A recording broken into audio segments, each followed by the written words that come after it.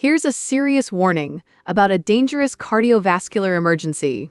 There's a kind of ticking time bomb called an aortic dissection that you really need to watch out for. Once an aortic dissection ruptures, how many seconds do you have left?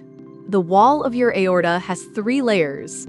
The inner layer, intima, the middle layer, media, and the outer layer, adventitia. An aortic dissection happens when the inner layer tears and blood rushes into the middle layer, creating a blood-filled pocket called a false lumen. This splits the layers of the vessel wall, creating a true channel and a false channel. This can lead to narrowing or even complete blockage of the vessel, and worse, it can cause the aorta to burst and bleed out. The death rate is extremely high. So why do we need to place a stent? The main goal is to seal the tear in the inner layer, stop blood from continuing to flow into the vessel wall, prevent rupture, and at the same time restore normal blood flow through the aorta.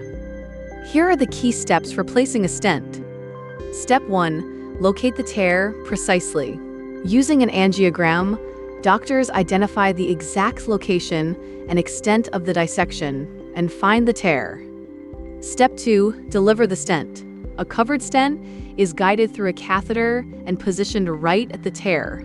Step 3. Deploy the stent. The stent expands and fits tightly against the vessel wall, sealing the tear and rebuilding a normal channel for blood flow. An angiogram is then done to confirm that blood is flowing smoothly through the repaired area. A final reminder: long-term uncontrolled high blood pressure is the main cause of aortic dissection. People between the ages of 40 and 70 are at highest risk. Keeping your blood pressure under control is the most important prevention strategy. With 3D animations like this, we turn complex medical processes into clear and easy to understand visuals.